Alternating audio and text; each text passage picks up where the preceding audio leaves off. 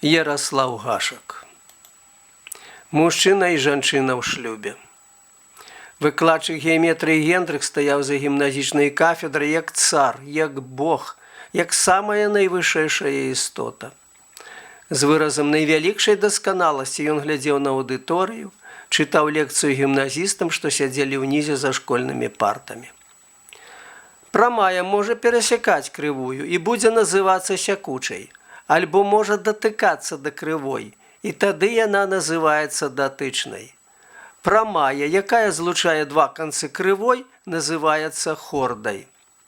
І падышоўшы да дошкі, дзе крэйдай былі намаляваны ўсе гэтыя лініі, з гонарам праказаў: гэтыя прамыя СС1 ёсць, як вы бачыце, сякучыя.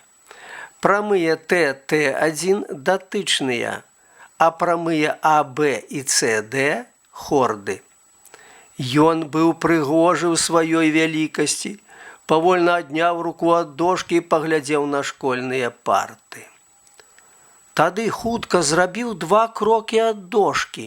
Цяпер ён нагадваў ужо бенгальскага тыгра, які гатоў скочыць на адзінокага падарожніка ў даліне Ганга. І ўжо цішэй спытаўся: «Халаўпецкі, ці можа датычная да акружнасці адначасова перасекчы крывую?» Ніякага адказу. Выкладчык Гендрых прыдаў моцы свайму голасу і спытаўся гучней: «Халаўпецкі, можа хорда перасекчы крывую?» Магільнае маўчанне. Выкладчык Гендрых аж падскочыў. У момант ён быў ля першай парты і закрычаў: «Халаўпецкі! Як называецца хорда, якая праходзіць праз цэнтр акружнасці?» Мёртвая цішыня.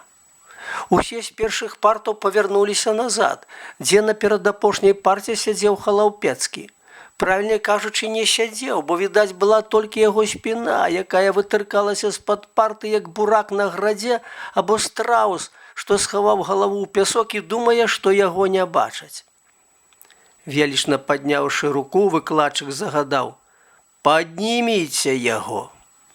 Суседзі штурхнулі Халаўпецкага, і на паверхні з'явіўся чырвоны твар гімназіста.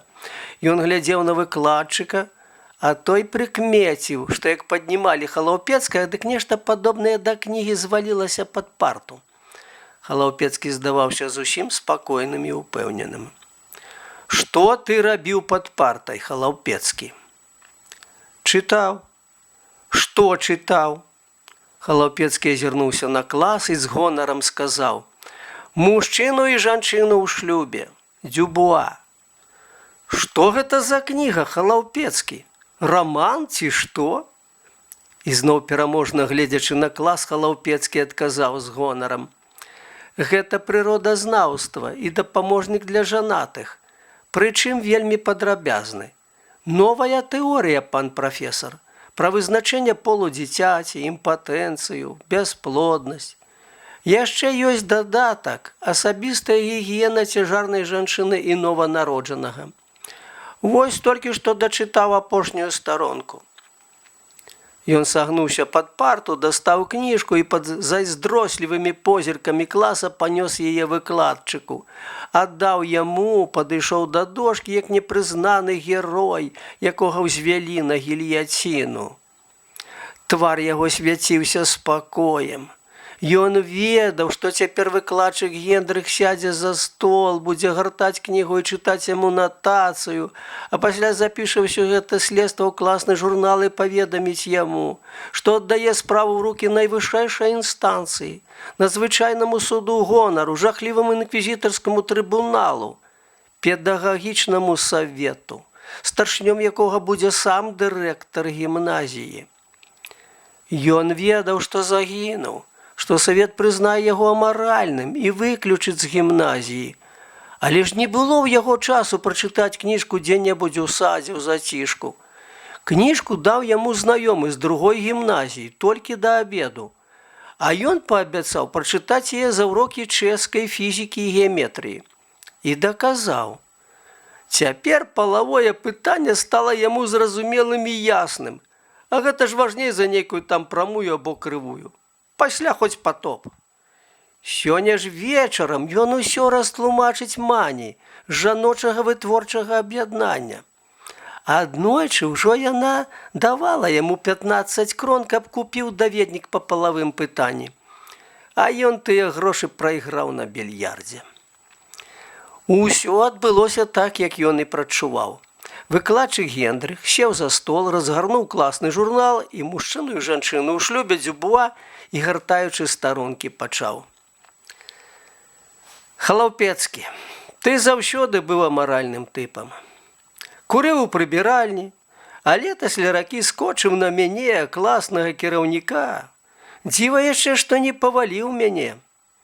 І сёння мне яшчэ здаецца, што ты хацеў мяне ўтапіць. Сабака! Аднекуль у класе пачуўся здушаны голас. Ручку! Загадаў выкладчык і важна сказаў. Мне ўсё роўна, хто гэта крыкнуў. Высвятляць не буду. Увесь клас запішу ў класны журнал. Усе за аднаго, адзін за ўсіх. Правільна, зноў азваўся той самы голас. І ўвесь клас выбухнуў смехам. Калі кончылі смяяцца, выкладчык працягваў. Заўсёды вы былі бяздарным. І сёння гэта працяг вашай бяздарнасці, а таксама амаральнасці. Вы былі самым нядбалым вучнем ва ўсім класе. Вы не ведалі, што непаралельныя прамыя маюць розныя напрамкі, але з вялікім апетытам прачыталі ў гэтай кніжцы разважанні аб шлюбе. І яшчэ вы падкрэслілі, існаванне і прадаўжэнне жывых істот грунтуецца на плоднасці, якая ўзнікае пры савакупленні полаў. Педагагічны савет выб'е вам з галавы тую плоднасць, і ніякі чорт вам не дапаможа. У той час, як я тлумачу, што такое сякучае і датычныя прамыя, вы пад партай чытаеце, што шлюб у фізіялагічных адносінах ёсць савакупленне двух полаў для дасягнення такой мэты, як трывалае захаванне пароды. Правільна. Зноў абазваўся той непазнаны голас у класе, але тут жа 20 галасоў гаркнула. Змоўкні, бо атрымаеш, не раздражняй пана выкладчыка. Запанавала мёртвая цішыня. Каб у гэты момант з'явіўся самы строгі інспектар, дык, напэўна, сказаў бы выкладчыку. Віншую вас, ваш клас самы прыкладны. Нідзе школьнікі не выяўлялі такой цікавасці. Халаўпецкі, працягваў выкладчык. За 6 школьных гадзін вы засвоілі толькі простыя вуглы і выкінулі з галавы вуглы вострыя, тупыя, разгорнутыя. І вам не зразумець, што такое дзявочая чысціня і стрыманасць, і што бурныя жаданні патрабуюць задавальнення і робяць мужчыну і жанчыну задумлівымі і нешматслоўнымі. Вазьміце вугламер і начарціце мне вугал 75 градусаў. Ну, бачыце, Халаўпецкі? І гэтага вы не ўмееце, а чытаць на уроку геаметрыі пра венерын паясок гэта вам важней, чым ведаць, што такое радыус. І уткнуцца носам у апісанне чалавечага цела вам больш патрэбна, чым зразумець, што авал, гэта фігура, падобная да эліпса, складаецца з кругавых дуг. Скажыце мне, што такое эліпс? Што, не ведаеце? Выкладчык змоўк, старанна перагарнуў кніжку і прагаварыў. Але калі б у вас нехта спытаўся пра якія-небудзь эратычныя афекты, дык я ўпэўнены і ні хвіліны не сумняваюся, што вы б расказалі пра гэта вельмі падрабязна. Гледзячы ў кніжку, ён спытаўся ў Халапецкага. Скажыце мне, напрыклад, што такое эратаманія? Запанавала такая цішыня, што чуваць было, як цікае кішэнны гадзіннік матушкі, які сядзеў за першай партай. А Халаўпецкі хутка і гучна адказаў. Эратаманія – гэта эратычнае шаленства, якому падлягаюць абодва полы без выключэння. Не, Халаўпецкі, паправіў яго выкладчык. Глядзіце, што напісана ў тэксце. Не падлягаюць, а якое ахоплівае. Гэта вялікая розніца, хлопцы, звярнуўся выкладчык да класа. Эратаманія ахоплівае абодва полы без выключэння, а падлягаць эратаманіі яны не могуць. Прадаўжайце, Халаўпецкі. Ці больш вы нічога ўжо не ведаеце? Халаўпецкі ўпэўнена валодаў прадметам размовы і працягваў. Эратамана ахоплівае пачуццё да прадмета. Сапраўдны ён ці ўяўны. Яму сняцца сны пра каханне, шчасце, салодкую раскошу. І ён гарыць агнём, кідаецца, няспынна рвецца да прадмета свайго палкага пачуцця. Эратаман цнатлівы ў сваім пачуцці. Як пра гэта гаворыць наступны прыклад. Хопіць, Халаўпецкі. Выкладчык уткнуўся ў кніжку і праз некалькі хвілін пры поўным маўчанні класа звярнуўся да Халаўпецкага. Скажите нам, Халаўпецкі, а что такое афрадыстыка? Под словом афрадыстыка, адказаў без вагання Халаўпецкі, маюцца на ўвазе розныя спажыўныя лекавыя сродкі, якія ўжываюцца, каб агонь кахання не тлеў, а гарэў. Часцей за ўсё рэцэпты гэтых сродкаў складаліся з рэчываў больш-менш непажаданых і агідных. Шматлікія факты, якія прыводзяцца ў старых і новых выданнях, гавораць пра гэта без усялякага сумнення. Не трэба абагульняць, Халаўпецкі, усхваляваўся выкладчык. Ад чаго ашалеў, напрыклад, Калігула, рымскі імператар? Якое любоўнае зелля дала яму Несонія?